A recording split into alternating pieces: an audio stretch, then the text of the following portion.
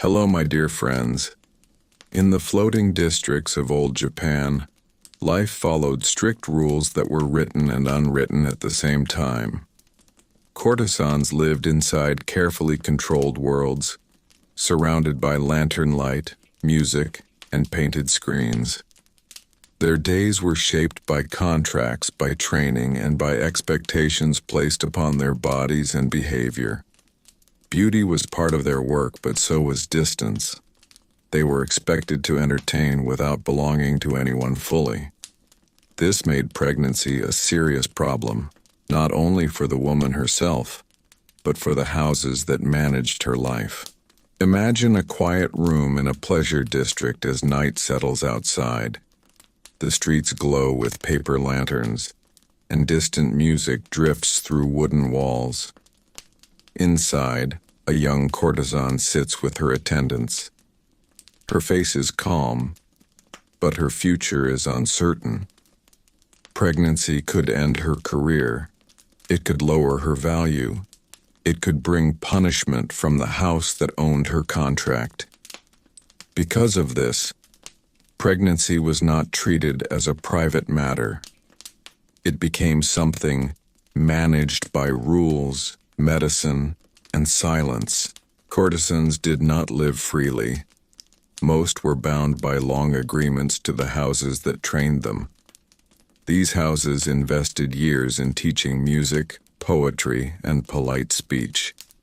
A pregnant courtesan could not perform. She could not wear the same clothes. She could not sit with guests in the same way. This meant lost income. Because of this, managers watched their workers closely.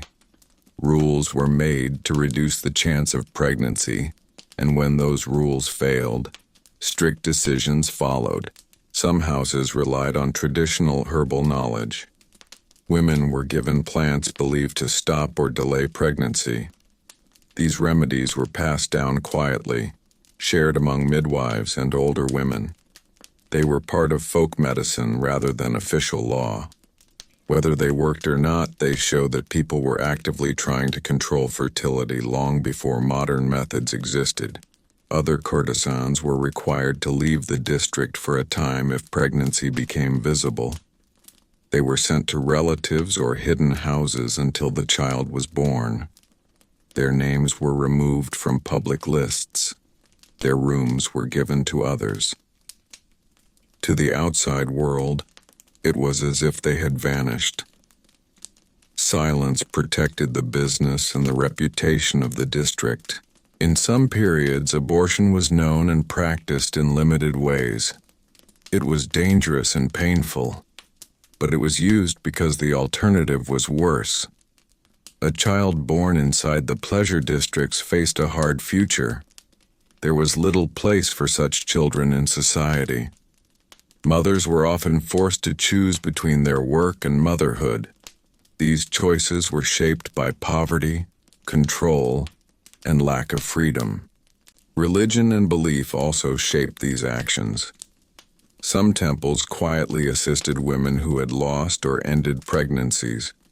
Rituals were created to honor unborn spirits and ease guilt.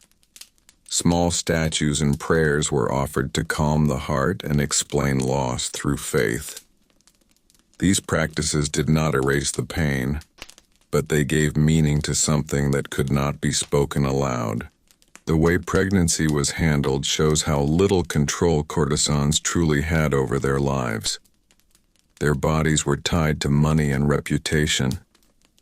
Their futures were shaped by rules written by others. What seems shocking now was seen then as necessary to keep the system working. Survival required hard choices. As the night deepens and the old districts grow quiet in our imagination, we begin to see that these stories are not about romance. They are about control, fear, and adaptation. They reveal how women living under strict systems found ways to manage life events that could not be ignored. And as this first part of our slow walk through history settles into stillness, we prepare to move further into this hidden world. a world where beauty and hardship lived side by side, where pregnancy was not only a personal matter, but a risk managed by custom, medicine, and silence. As we move deeper into this hidden world, we begin to see that pregnancy was not only a personal event for courtesans, but a matter of discipline inside the pleasure houses. These houses were run like businesses and like families at the same time. Every woman's body was counted as part of the house's future. Because of this, strict systems grew around watching health, behavior, and appearance. Older women, managers, and midwives were given the role of observers. They noticed changes in the body and mood long before outsiders did. Pregnancy was rarely a surprise. It was something quietly detected and quietly discussed behind closed doors. Training for courtesans included lessons about avoiding pregnancy. They were taught about timing, about herbal drinks, and about methods believed to reduce risk. These lessons were not written in books. They were spoken softly from woman to woman, like secrets passed through generations. Some of these methods came from Chinese medicine. Others came from local folk knowledge. Whether they truly worked or not, they show that people were actively trying to shape their bodies in a world where modern science did not yet exist. When prevention failed, the house faced a decision. A pregnant courtesan could not work in the same way. Her movements changed. Her clothing no longer hid her shape. Guests would notice. Reputation could suffer. So many houses chose to remove her from view. She might be sent to a small house on the edge of the district. There she would live quietly until the child was born. Her name would disappear from the lists of entertainers. To the public, she seemed to vanish like smoke. In some cases, the child was not allowed to remain with the mother. Babies born in these conditions were often given to relatives in the countryside or to other families who could raise them. This separation was painful, but it was common in many parts of society, not only in the pleasure districts. Poverty and contract labor shaped these choices. Motherhood and work were often seen as impossible to combine. There were also darker solutions. Abortions were known in Japan long before modern times. They were dangerous and not always successful. They were usually carried out by midwives using herbal mixtures or physical methods. These actions were rarely written down. They were spoken about only in whispers. Law and religion did not clearly forbid them at all times, but social pressure made them hidden. For a courtesan, this choice could mean the difference between staying in the house or being cast out. After such events, rituals often followed. Women went to temples to pray for forgiveness and peace. Small statues of unborn children were placed near streams or in quiet corners of temple grounds. These acts were not only religious, they were emotional. They gave form to grief and guilt in a society that did not allow open discussion of such matters. Through ritual, loss was given a place in the world. The managers of pleasure houses also shaped these practices. They balanced profit with order. Some houses were stricter than others. Some forced women to hide pregnancies. Others quietly allowed them to leave and return later. These differences depended on region, time, and the personal values of the owners. There was no single rule across Japan. There was only a shared fear of disruption. What is important to understand is that courtesans did not freely choose these paths. Most were sold or contracted into the system when they were young. Their bodies and time belonged to the house. Pregnancy threatened that control. It changed the shape of their labor.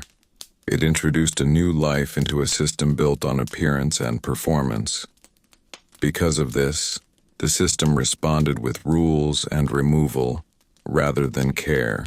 In art and poetry of the time, courtesans were shown as elegant and distant. Their hardships were rarely described. Paintings showed silk and music, not fear and hidden rooms. The reality behind the screens was more complicated. Pregnancy exposed that reality. It revealed the limits placed on women's bodies and futures. As lantern light flickers in our imagination and the streets of the old districts grow quiet, we begin to see that these practices were not only about avoiding children, they were about keeping order in a tightly controlled world. They were shaped by money, by contracts, and by reputation. The choices made were harsh, but they grew from a system that valued beauty and silence over family and freedom.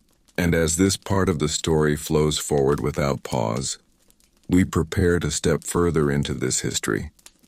A history where women's bodies were carefully managed, where pregnancy became a problem to solve, and where survival meant finding ways to move between duty and loss inside walls lit by lanterns and ruled by quiet agreement. As time passed and the pleasure districts became more organized, pregnancy was treated not only as a private concern, but as something that could affect the balance of the entire house. Each courtesan represented years of training and great expense. Her appearance, her health, and her ability to entertain were closely connected to the house's success. Because of this, managers tried to control every part of daily life, including sleep, food, and movement. These controls were meant to reduce risk, but they also created a world where a woman's body was never truly her own. Midwives played an important role in this hidden system. They were not only helpers at birth, they were advisors and keepers of secret knowledge. They knew which herbs were believed to slow fertility and which mixtures were thought to end early pregnancy. Their work existed in a quiet space between medicine and tradition. They were respected and feared at the same time. A midwife's visit to a courtesan's room could mean relief, danger, or loss. Her presence alone carried heavy meaning. In some districts, rules were created that limited contact between courtesans and certain clients. These rules were meant to reduce attachment and risk. Emotional bonds were seen as dangerous because they could lead to pregnancy or to attempts to escape. Love itself became something to control. When a courtesan showed signs of strong attachment, she might be separated from the person involved. Pregnancy was not only physical, it was seen as proof of broken boundaries. When a pregnancy could no longer be hidden, the house often acted quickly. The woman was dressed more simply and moved away from the main rooms. She might be sent to a back building or to a distant town. Her name would be removed from notices. Music and guests would continue without her. This removal was meant to protect the image of the house. Silence was part of the solution. What was not seen did not disturb business. In some cases, the child was allowed to live for a short time with the mother before being sent away. This brief period was sometimes the only chance for the woman to hold her child. Afterward, the baby would be given to relatives, to farmers, or to other families who needed children. These transfers were arranged quietly. Records were rarely kept. Many such children grew up not knowing their true mothers. Their beginnings were hidden behind the walls of the pleasure districts. The emotional weight of these choices was carried quietly. Courtesans were not allowed to show grief openly. Their role required calm faces and controlled voices. Loss had to be folded into routine. Rituals helped carry this burden. Small offerings were made at temples. Prayers were whispered rather than spoken aloud. These acts allowed women to express sorrow without breaking the rules of their world. Art and stories from this time rarely speak of these hidden moments. They show festivals, music, and painted fans. The reality of pregnancy and separation stayed behind screens. What people saw was beauty. What they did not see was fear and careful decision. This difference between image and life shaped how history remembered courtesans. It remembered silk and song, not struggle. Over generations, these practices became normal inside the districts. New women learned from older ones. Stories were passed down in quiet voices. This knowledge was not written in law books. It lived in daily habit. Pregnancy was treated as something to avoid, manage, or remove, not as something to celebrate. This did not come from cruelty alone. It came from survival within a system that offered few choices. The wider society also played a role. Children born to courtesans faced shame and limited futures. This made decisions even harder. A woman had to think not only of herself, but of what kind of life her child would have. In a world that judged by birth and status, some futures seemed closed from the start. These social walls made private choices feel unavoidable. As years passed and laws slowly changed, some rules around courtesans became less strict. Yet the memory of these practices remained. They show how women adapted to a world that valued their appearance and service more than their motherhood. Pregnancy became a problem to solve rather than a life to welcome. As lanterns glow softly in our imagined streets and footsteps fade along wooden walkways, this history continues to flow without pause. It is a history of quiet decisions and hidden paths, a history where women learn to survive inside systems built by others. And as we move forward, we will see how these practices shaped not only individual lives, but the culture and beliefs of an entire age. As the pleasure districts grew larger and more organized, rules around pregnancy became more formal, even if they were never written openly. Houses developed quiet systems for deciding what would happen when a woman conceived. These systems were shaped by money, reputation, and the need to keep daily life moving without disruption. A courtesan was seen as part of a long investment. Years of training in music, dance, and polite speech were meant to produce steady income. Pregnancy interrupted that plan. Because of this, the response was not guided by personal feeling, but by the needs of the house. Midwives continued to serve as the main link between the body and the rules of the district. They examined women discreetly and spoke first to managers, not to the public. Their role was both medical and social. They knew which signs to report and which could be hidden for a time. This made them powerful figures inside a quiet world of decision. What they said could shape a woman's future.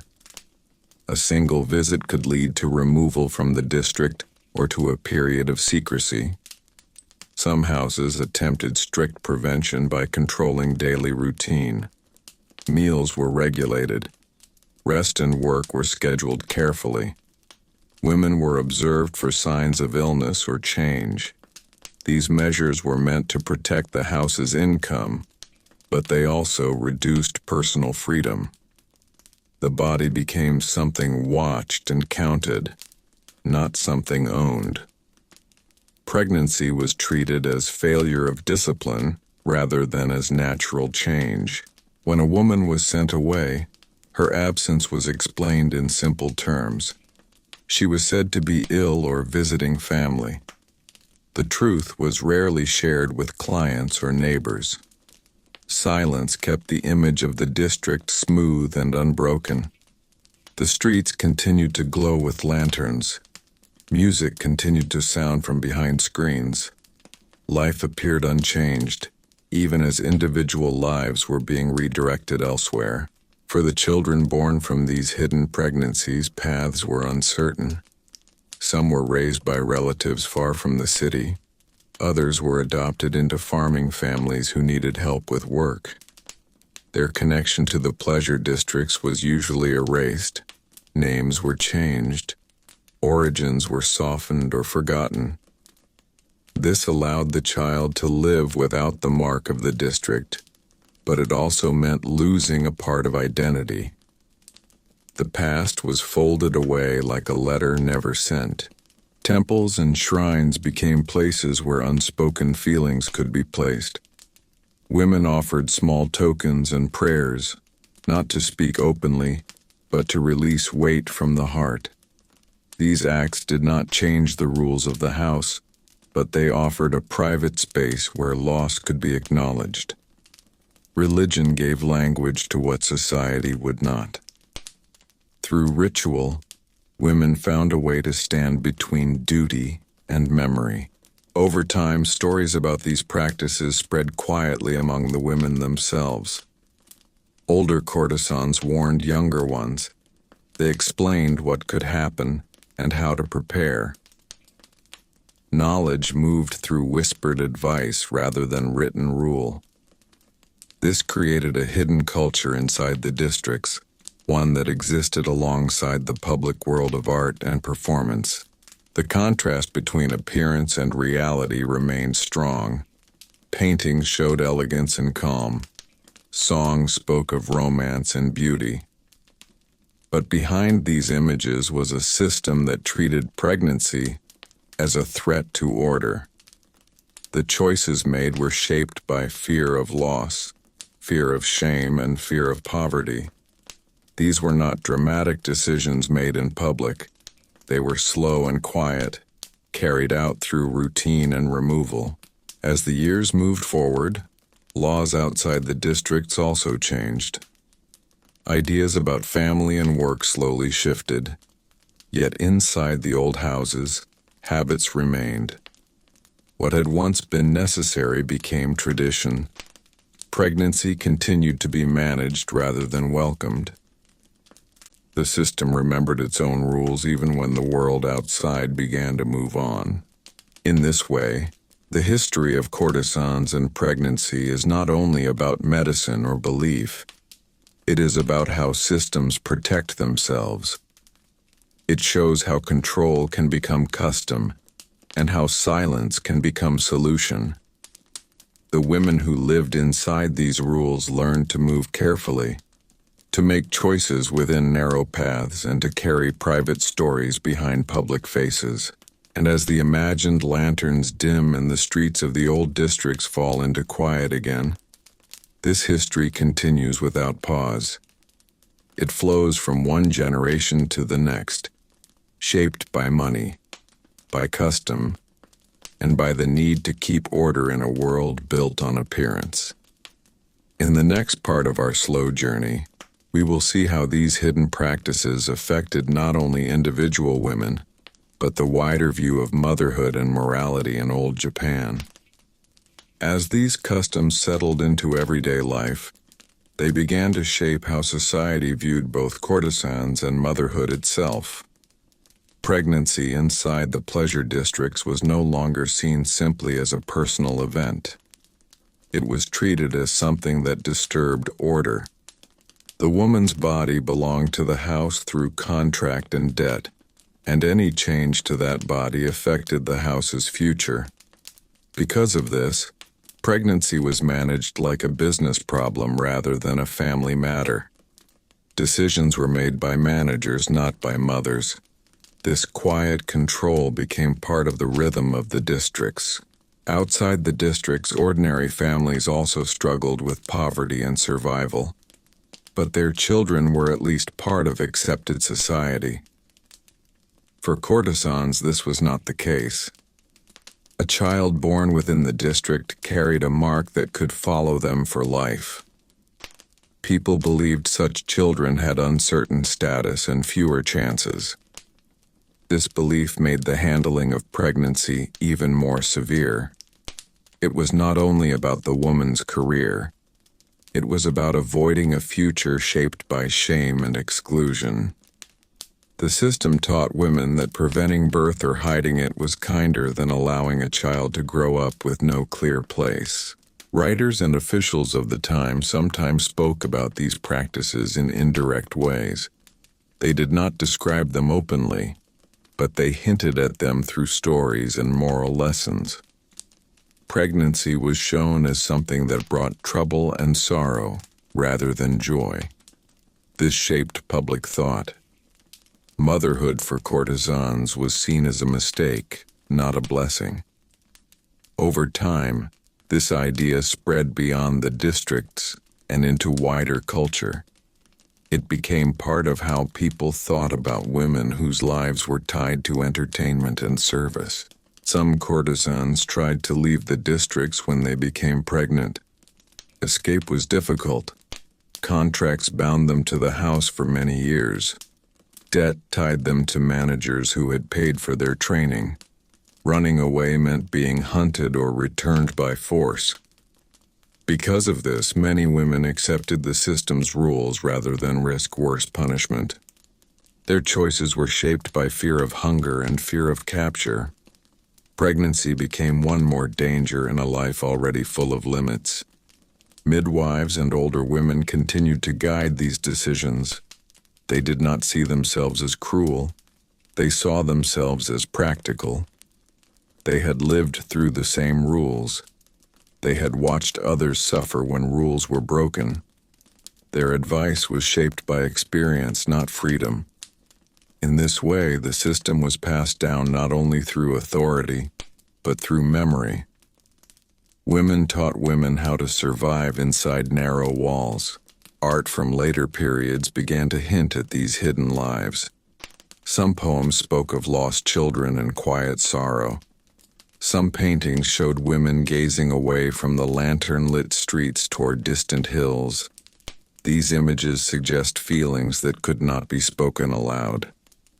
They show that beneath the beauty and ceremony, there was a quieter story of loss and endurance. Pregnancy, in this world, became a symbol of conflict between body and rule, between nature and contract. As time moved on and Japan slowly changed, laws about labor and family shifted. The old pleasure districts lost some of their power. Yet the memory of these practices remained. They became part of stories about a darker past. They showed how a system built on appearance could demand silence about life itself. The way courtesans dealt with pregnancy became a lesson about control and survival in a rigid world. What makes this history striking is not only the actions taken, but the reasons behind them. They were not born from wild cruelty alone. They were shaped by money, by shame, and by fear of the future. In a society where status mattered deeply, a child's birth could decide their entire path. For courtesans, this made pregnancy something to manage rather than to welcome.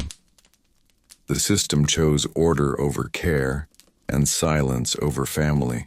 And so, as this part of the story continues in one steady flow, we see that these practices were not isolated. They were tied to how society judged women, work, and motherhood. They show how rules can turn natural life into a problem to be solved. They reveal a world where survival required hard decisions and where personal feelings were hidden behind duty. As the lantern light fades again in our imagined streets and the sounds of music soften into distance, this history remains with us. It tells of women who lived between beauty and control, between service and sorrow. Their ways of dealing with pregnancy were shaped by the narrow paths given to them. In the next part of our quiet journey, we will look at how these hidden customs affected the wider view of women's bodies and choice in old Japan, and how memory of these practices continued long after the districts themselves began to disappear. As the old pleasure districts continued through the centuries, the way pregnancy was handled slowly shaped how people thought about women's bodies more generally. Courtesans were watched closely because their work depended on appearance and availability, but this attention did not remain only inside the districts. It influenced wider ideas about discipline and control. The belief grew that a woman's body should be managed for social order, not guided by personal choice. What began as a rule inside special houses became an example of how society believed women should behave when their bodies changed. Medical thinking of the time reflected this view. Pregnancy was not treated as something natural and celebrated for courtesans. It was treated as a condition that needed correction. Herbal knowledge continued to be passed down, and mixtures were used not only to prevent conception, but also to bring monthly cycles back when they stopped. These practices were seen as practical solutions rather than moral choices. The body was treated like something that could be adjusted, like clothing or hairstyle, to fit the needs of work and reputation. The districts also developed a kind of quiet record-keeping.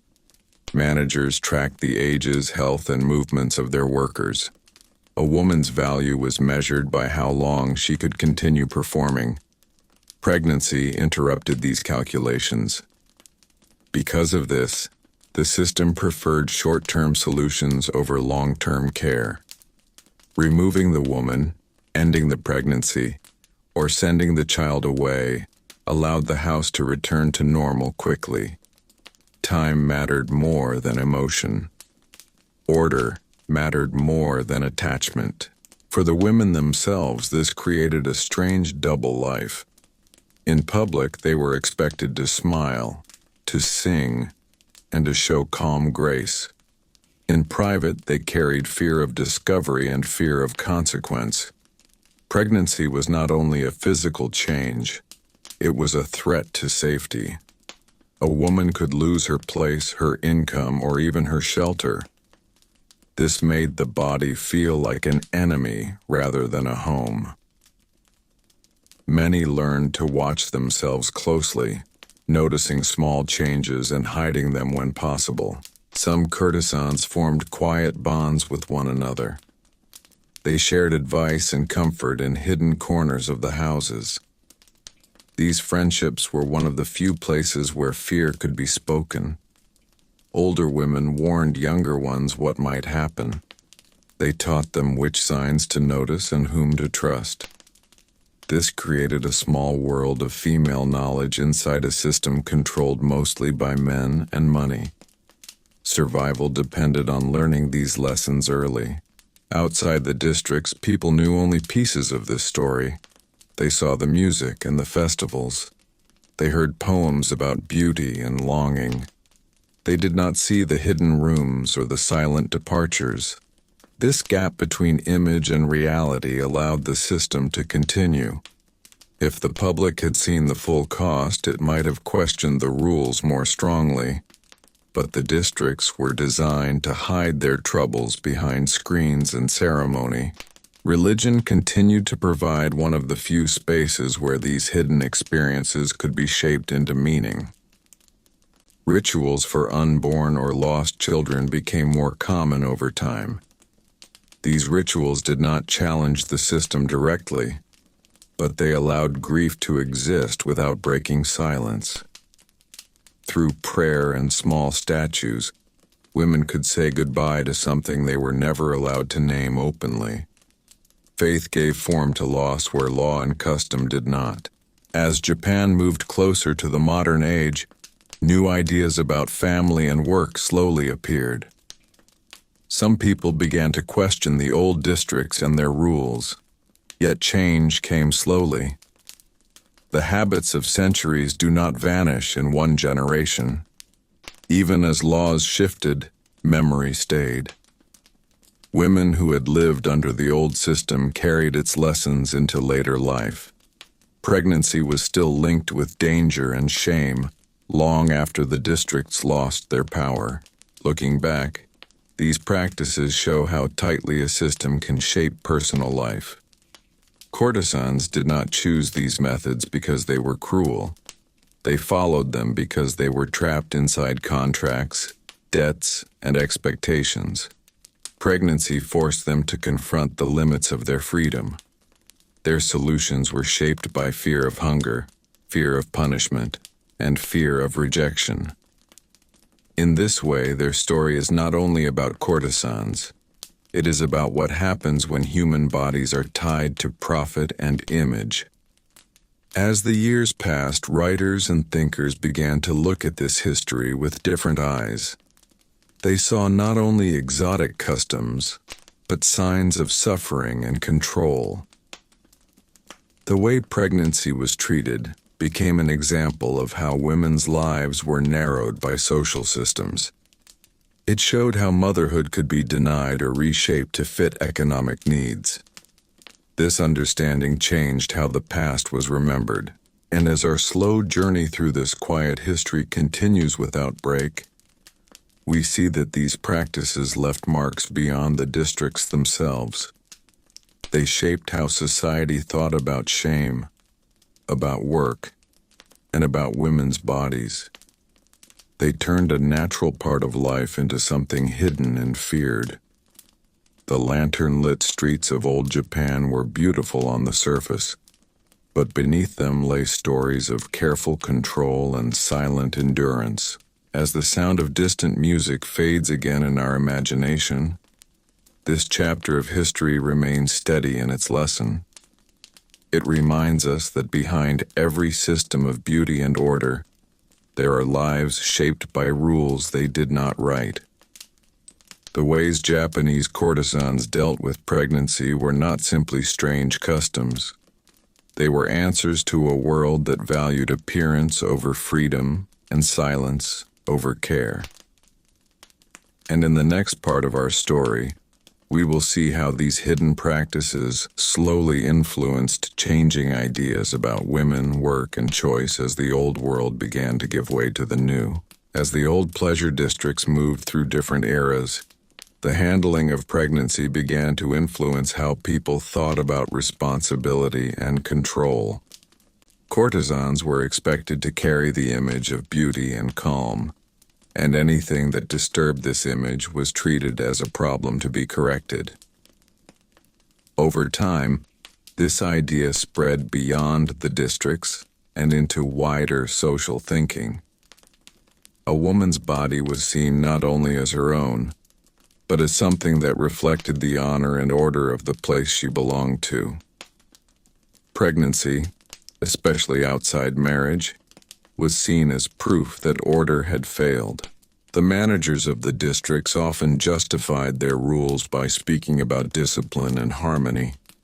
They claimed that strict control protected everyone. In their view, a pregnant courtesan threatened the balance of the house. Her absence would reduce income. Her child would need food and space. Her future would become uncertain. So the system trained itself to respond quickly and quietly. Pregnancy was not allowed to grow into a public event. It was turned into a private correction. In some districts, women were taught to hide early signs of pregnancy. Loose clothing, careful posture, and limited movement were used to delay discovery. This gave time for decisions to be made. The body became something to manage through small acts. Eating habits were changed. Work hours were adjusted. A woman learned to move as if nothing inside her had changed. This ability to hide became a skill, passed from one generation to the next like a secret craft. When hiding was no longer possible, separation followed.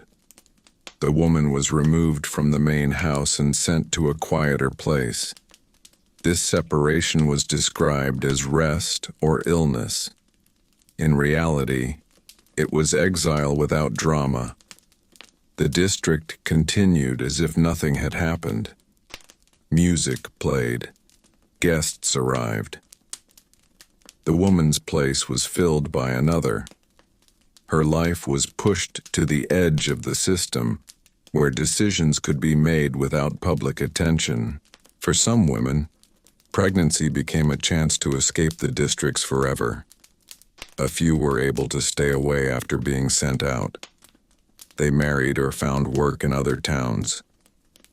These stories were rare, but they existed. They show that pregnancy, while feared, also opened small cracks in the walls of control.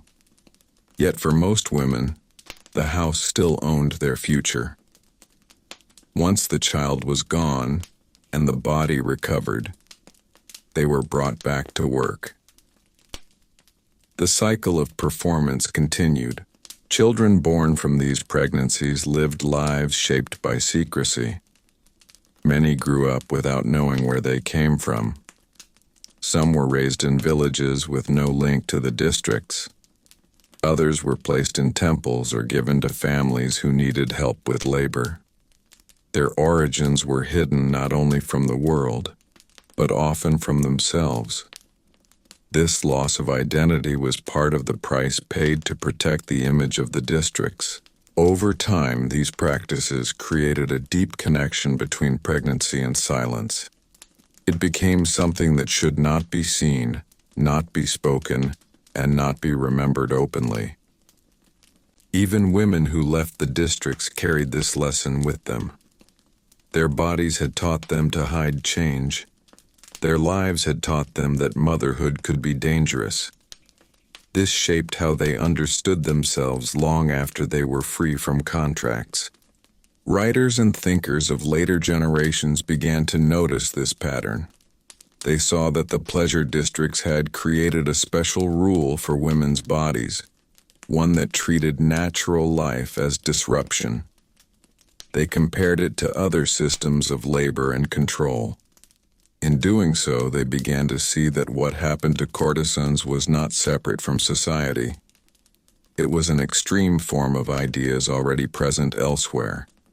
Control of fertility and control of women were linked. As Japan moved further toward modern systems of work and law, some of these old practices were criticized. People began to question whether a woman's body should belong to a contract. New laws reduced the power of pleasure houses. Yet memory remained. Stories of hidden pregnancies and silent separations lived on in novels, theater, and whispered family histories. The past did not disappear. It stayed in language and thought. What makes this history important is not only the methods used, but the meaning behind them. They show how a system can turn natural life into a risk. They show how survival can demand silence. They show how women's bodies become places where social rules are enforced. Pregnancy became more than a physical state. It became a test of obedience. And as this part of the story continues without pause, we see that these practices shaped ideas of shame and duty far beyond the pleasure districts. They taught society that some lives should remain hidden. They taught women that their bodies could belong to others. They taught children that their beginnings might be erased for the sake of order.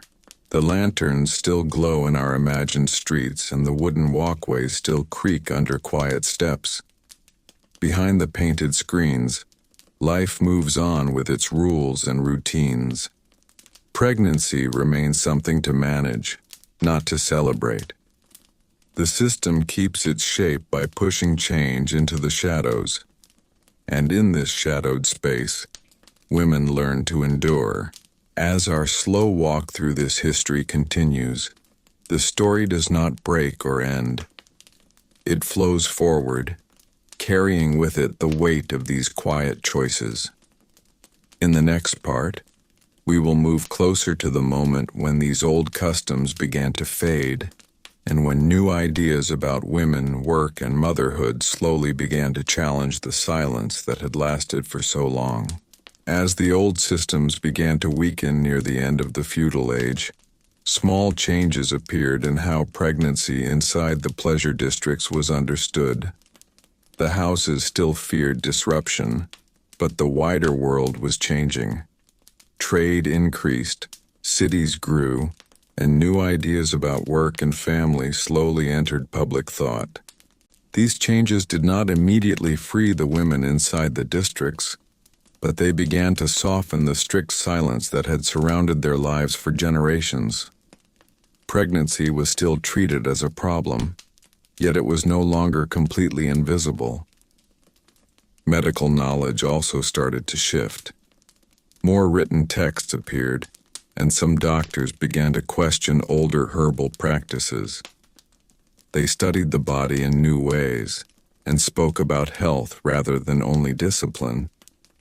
Even so, these ideas reached the pleasure districts slowly. Managers continued to rely on midwives and tradition. The body was still managed for order first and comfort second. A pregnant courtesan was still removed from public view, but the reasons began to sound less like shame and more like illness or rest. Language changed before rules did. Some women began to use pregnancy as a way to leave the districts permanently. As laws around contracts slowly weakened, a few courtesans were able to argue that their condition made work impossible. They moved to villages or married men who would take responsibility for them. These cases were not common, but they showed that the system was no longer as closed as it once had been. Pregnancy, once only a danger, sometimes became a path outward. It created moments where rules could be bent. The children born from these unions also faced new possibilities. While many were still sent away or hidden, some were raised closer to their mothers than before. As society slowly shifted toward valuing family life more openly, the harsh separation between mother and child became harder to defend. Shame did not disappear, but it began to compete with new ideas about care and duty. This tension marked the beginning of a different future. Writers of this later period started to describe courtesans not only as symbols of beauty, but as people with inner lives. Stories appeared that hinted at loss, longing, and hidden motherhood. These stories did not always change reality, but they changed memory. They allowed later generations to imagine what had been hidden. Pregnancy became part of the story, rather than something erased from it. Even so, the habits of silence remained strong. Many women who left the districts never spoke of what had happened to them. Their past was folded away like an old garment. The lessons of secrecy had been learned too deeply. To survive, they had once hidden their bodies and their children. To live freely, they now hid their history. This shows how control continues even after the system that created it begins to fade. Looking back, we can see that these practices were not only about avoiding children. They were about protecting an image of order in a world built on performance. The districts depended on the idea that nothing changed behind the screens. Pregnancy proved that change could not be stopped. It forced the system to respond with removal, ritual, and silence. Over time, these responses became customs. Customs became tradition. Tradition became memory. What makes this history powerful is that it shows how deeply a system can shape personal life. A natural event like pregnancy became something to fear. A human bond like motherhood became something to hide. These ideas did not come from nature. They came from contracts, debts, and reputation. They came from a world where women's value was measured by how well they could maintain an illusion. As Japan stepped closer to modern times, the pleasure districts slowly lost their central place in society. New forms of work appeared. New laws changed old contracts. Yet the stories of hidden pregnancies remained. They became part of how people talked about the past. They stood as examples of how beauty and control once lived side by side. And as this long history continues to flow without break, we begin to understand something important. These practices were not strange accidents. They were answers to a system that did not allow women to be both workers and mothers. Pregnancy forced a choice where no good choice existed. The solutions were shaped by fear and survival rather than by care. The lanterns still glow softly in our imagination, but the streets feel quieter now. The old rules are weakening.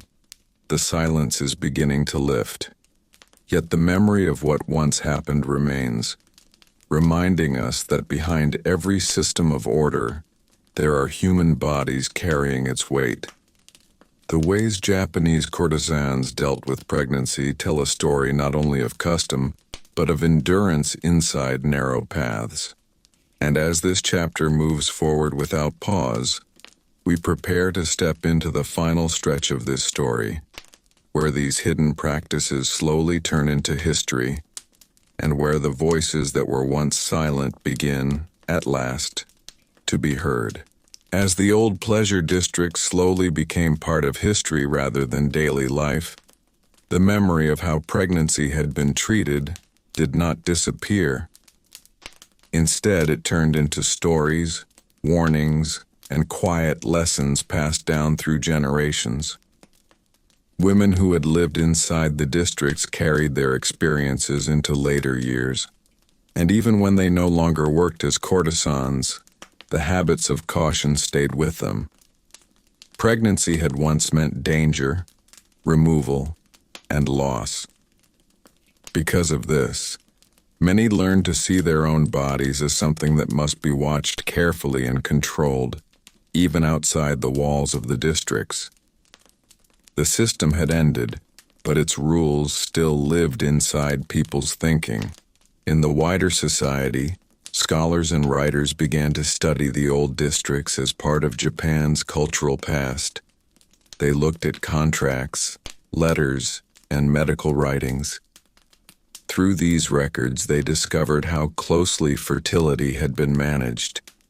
What once seemed like private suffering became visible as a social pattern. Pregnancy was not simply hidden by chance. It had been guided by rules shaped by money and order. This changed how historians understood the pleasure districts. They were not only places of art and music. They were places where bodies were regulated like property. The memory of forced separation between mother and child also influenced later ideas about family. Stories of children sent away, names changed, and origins hidden made people more aware of how fragile family bonds could be under strict systems. In later periods, this awareness helped support new ideas about protecting mothers and children. What had once been normal inside the districts came to be seen as a sign of injustice. The suffering of courtesans became part of a wider story about women's rights and personal choice. Religious practices connected to lost pregnancies also continued beyond the districts. Small statues and rituals remained in temples long after the pleasure quarters had faded. These objects became symbols not only of unborn children, but of all hidden sorrow. People who had never entered the old districts still prayed at these places. In this way, private pain became shared memory. The rituals kept alive the idea that these lives had mattered, even if they had never been fully seen. Literature and theater also reshaped these stories. Plays and novels began to describe courtesans as complex women rather than distant symbols. Pregnancy appeared in these stories as a turning point, a moment where love, fear, and duty collided. Audiences were invited to feel sympathy rather than judgment. This shift in storytelling changed how the past was remembered. It gave voice to experiences that had once been kept behind screens and walls. At the same time, the old fear of shame did not vanish quickly. Many families still avoided speaking about ancestors who had lived in the districts. Children born from those worlds were often absorbed into new families without explanation. Silence remained a habit, yet the difference now was that silence was no longer required by law or contract. It remained because memory was heavy. The past was not erased. It was carried quietly. Looking back, the methods used by Japanese courtesans to deal with pregnancy reveal how systems shape human life. They show that when work, beauty, and survival are tied together, natural events become problems to solve. Pregnancy became something that had to fit into a structure that did not welcome it. Women adapted by hiding, by separating, and by trusting in rituals that gave meaning to loss. These were not choices made freely. They were choices made inside narrow paths. This history also reminds us that control over fertility has always been connected to power. Who decides when a child may be born? Who decides where that child belongs? Who decides what is seen and what is hidden? In the pleasure districts, these decisions were taken out of women's hands and placed into the hands of managers and customs. The result was a world where motherhood was pushed into the shadows. As the years turned and modern life replaced the old systems, these shadowed practices became lessons. They showed future generations what happens when bodies are treated as tools rather than as lives. They helped shape new conversations about health, work, and choice. The strange and painful ways pregnancy had been handled became part of a larger story about freedom and control. And so, as our slow walk through this history continues without breaking its flow, we see that the story of Japanese courtesans and pregnancy is not only about the past, it is about how societies try to control what cannot truly be controlled. It is about how women learn to survive inside rules written by others. It is about how memory keeps speaking even when voices were once forced to be quiet.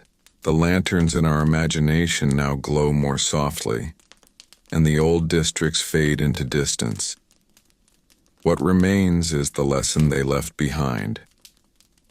That behind every beautiful image of the past, there are lives shaped by fear, custom, and endurance.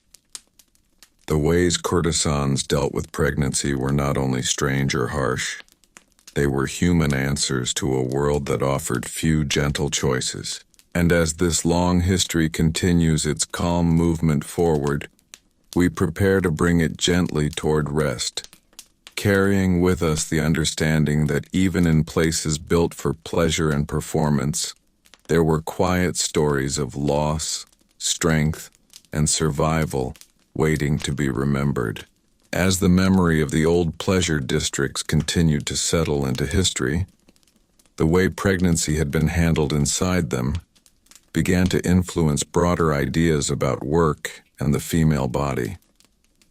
What had once been a hidden system became an example used in debates about morality and order. Officials and thinkers looked back at these districts as places where rules had been too strict and silence too strong. Yet even as they criticized the past, many of the same ideas remained. Women were still expected to fit their bodies into social needs. Pregnancy was still treated as something that must be controlled rather than simply accepted. In some regions, former courtesans opened small businesses or worked as teachers of music and art. They carried with them the habits learned in the districts. They were careful with their movements. They were cautious about relationships. They remembered what had happened to women who became pregnant at the wrong time. This memory shaped how they advised younger women. Stories of hidden births and quiet separations were told as warnings. In this way, the old rules continued to guide behavior long after the districts themselves had weakened. Medical writings from later periods also began to mention the practices of the pleasure quarters.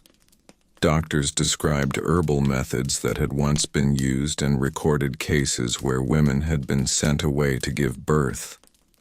These texts did not praise the system, but they showed how deeply it had shaped understanding of women's health. Pregnancy was still described as something that could interrupt a woman's role in society.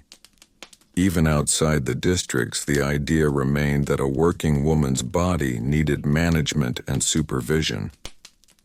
Families who had adopted children from the districts also carried quiet knowledge. Some knew their children's origins but chose not to speak of them. Others only learned the truth many years later. These hidden family histories created lines of silence that ran through generations. A child raised in a farming village might never know that their mother had once lived among lantern-lit streets and music. Identity was reshaped by secrecy. The past was folded into the present without being named. At the same time, the state began to take more interest in population and birth. Laws were written to encourage certain kinds of families and discourage others. In this new system, the old practices of the districts seemed extreme, yet the idea of guiding birth did not disappear. It simply moved from private houses into public policy. What had once been decided by managers was now discussed by officials. Control shifted hands, but the desire to manage women's bodies remained. Writers of this era looked back on the courtesans with mixed feelings. Some spoke of them as victims of an unfair system. Others still described them as symbols of temptation and disorder. Pregnancy became a key part of these stories. It showed the tension between natural life and social rules. A woman who carried a child could no longer fit easily into the image of beauty and service that the districts had created. Her body revealed the truth behind the performance. In this way, pregnancy became a form of quiet resistance even when the woman herself had no power to choose it. The rituals connected to lost pregnancies continued to change meaning as well. What had once been private acts of grief inside a controlled world became public symbols of compassion. Temples that held small statues of unborn children were visited by people from many backgrounds. Courtesans were no longer the only ones who prayed there. Farmers, merchants, and widows also came. The sorrow that had once belonged to hidden women became part of shared culture. This was one of the ways in which the past slowly joined the present. Through all these changes, one pattern remained clear. The handling of pregnancy inside the pleasure districts had been shaped by fear of disorder. That fear did not disappear when the districts declined. It moved into other forms.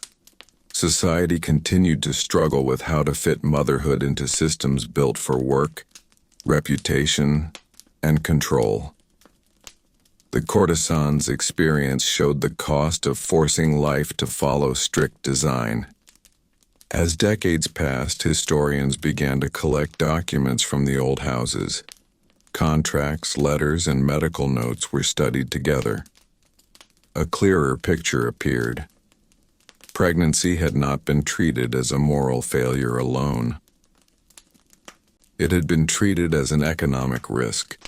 This understanding changed how the story was told. It became less about personal fault and more about the structure that surrounded these women. Their choices were seen as responses to pressure rather than signs of character. In this way, the strange and painful ways courtesans dealt with pregnancy became part of a larger lesson about systems and bodies. They showed how work can reshape nature. They showed how silence can be used to protect an image. They showed how control can become tradition. The lantern-lit streets may have faded, but the ideas born there continued to influence thought and policy.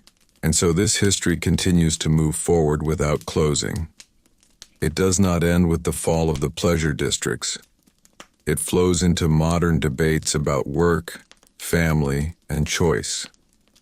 The experiences of these women remain woven into the long story of how societies try to manage what cannot truly be owned. Their hidden pregnancies, their quiet separations, and their rituals of remembrance still echo in the ways people talk about shame and care.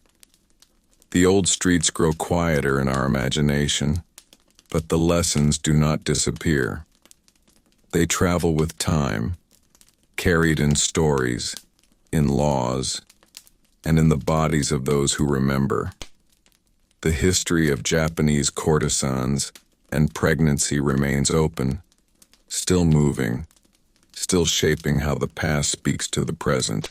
As this long history finally comes to rest, we can see that the ways Japanese courtesans dealt with pregnancy were not strange accidents of the past. They were shaped by a system that placed beauty, order, and profit above personal life. Pregnancy was treated as something that disturbed the surface of calm that the pleasure districts worked so hard to show. Because of this, it was hidden, delayed, or removed through quiet methods that mixed medicine, ritual, and silence. These practices did not come from one rule or one belief. They grew slowly from contracts, debt, and fear of social shame. Over time, they became customs that felt normal inside the districts, even when they caused pain.